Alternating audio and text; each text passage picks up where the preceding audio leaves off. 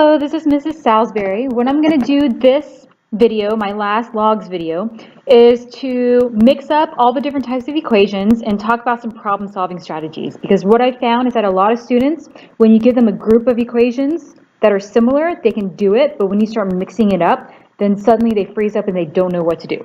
So here's what I think about when I'm approached with a equation that's either exponential or a log. The first question I ask is it an exponential equation with the same basis, or one where I can rewrite the basis to have the same basis? If so, I want to take that approach. If you want some practice with that and you want to see some examples with that, go to the first video in this playlist, Solving Exponential Equations by Rewriting with the Same Base. So that's the first question I want to ask. If the answer is no, then I want to follow what we're about to do here. So any other type of equation, whether it's log or exponential, if I can't write them with the same base, then what I want to do is start by getting one term equal to one term. So in the case of exponential and log equations, that's going to be either b to the x equals a, or I'm going to have two logs equal to each other, or a log equal to a number. So it's going to be one of those three scenarios. So that's my first step. And then the second step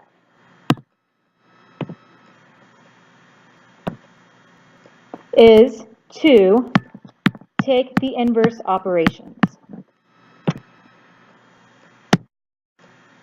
I have a video that explains this in details. The video is something like logs as inverse operations. It's also in this playlist, so you can take a look at that. But essentially, we talked about how logs and raising something as an exponent are inverse operations. And so we talked about how if we take x and raise it as the exponent of b, to undo that, we take the log base b of both sides. Inverse operations cancel each other out, and I'm left with just x. Alternately, if I take log base b of x, inverse operations, I can make that the exponent of the same base. Inverse operations cancel each other out. I'm left with just x.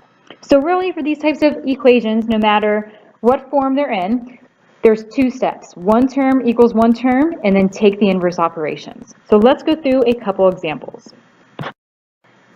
Here I have an exponential equation, but I can't rewrite 3 and 11 with the same base. This is where I want to take the log of both sides. And since my base on the left is 3, I want to take the log base 3. So when I do that, inverse operations cancel each other out on the left, and I just have x equals log base 3 of 11. So now I would just leave it like that or put it into my calculator. Here I've got an equation with logs, and notice I have one log equal to one log. So that first step is done. So how do I undo logs? Inverse operations, I raise them to the power of 7. Since my base is 7, inverse operations cancel each other out on the left and the right. And now I can continue to solve this equation. Notice when I solve this, I have x equals 4 and x equals negative 1. When it's a log equation, you want to check to make sure that the arguments right here in the original equation aren't made 0 or negative when I substitute in these numbers. So when I put 4 in for x, x squared minus 4 is positive, I'm good. Same here, I'm good. But when I put negative 1 in for x, right there I've got a negative number, so x is not good, and my answer is just x equals 4. Make sure you check that and make sure you circle your final answer so that you can get full credit on the test. In this equation, I've got an exponent equal to a number. Don't let that e throw you off. Don't let the natural logs throw you off. So e is my base, so I need to take log base e. And remember that log base e of a number is just our natural log. So I take the natural log of both sides. Inverse operations on the left cancel each other out. And then I've got this natural log expression on the right. And now I just finished solving for x. And I would put that into my calculator.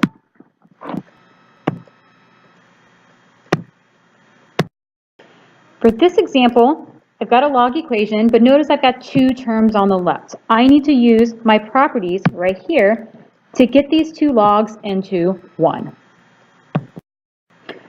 So I can use this product property here to turn it into one log where I multiply the arguments and simplify. Now I've got one log equal to another, or equal to a number, and so I can use my inverse operations. I can raise it to the power of the base, natural log base e, so here I need to raise it to the power of e on both sides. Inverse operations cancel each other out on the left, and I'm left with just 6x squared equals e to the 8th. I can finish solving that to where I get plus or minus 496.826.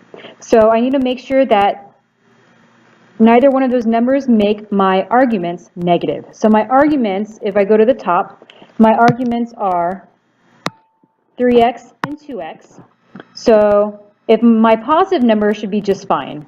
2 times 496 and 3 times 496 are still positive numbers, but the negative is going to be a problem.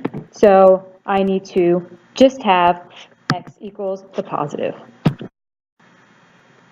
Now for this one, don't let this confuse you. X is already isolated. You could put this into your calculator, or we could write it in exponential form. 3 to the power of x equals 9. 3 to what power equals 9? 2. So don't make that one harder than it is. Here I've got a log equation. So notice I've got two logs on the left. I need to combine that into one log using my properties. Now I've got one log equal to a number. So inverse operations, I can raise that to the power of 16 on both sides. On the left-hand side, inverse operations undo each other. I'm left with the ratio here, and on the right-hand side, 16 to the 1/2, remember that's the same thing as square root of 16, which is just 4. Now I want to cross multiply, distribute, and continue to solve. So I get everything on one side of the equal sign, factor, and solve, and I have two different answers, but I still need to double check that they don't make my arguments negative. So if I go back to the original problem, my original arguments, if I put in 3, I'm fine. But if I put in 3/4, I am not fine. So 3/4 squared minus 1 is a negative number. That doesn't work. And so my only answer is that 3. Last example, a log problem. So I need to get a log equal to a number in this case. So think back to Algebra 1. If this was log expression, if you think of that as x, and you think of this as 3x minus 6, then I can do very simple operations to isolate the log expression. So in this case, I can add 6 to both sides and divide both sides by 3. Now I've got one log equal to a number, so I can use my inverse operations and simplify. On the left, that cancels out. And then on the right, I can square it. And I continue to solve. Notice I get plus and minus 4. Again, check the arguments. Let's look at that original equation and see if this argument here is negative by either of these numbers. 4 squared plus 9 is positive. Negative 4 squared plus 9 is positive. So I'm good. So it's perfectly fine for x to be negative. It just can't make the argument negative or 0. Thanks for watching. Hopefully this helps. And if you liked it, go ahead and like and subscribe. And good luck.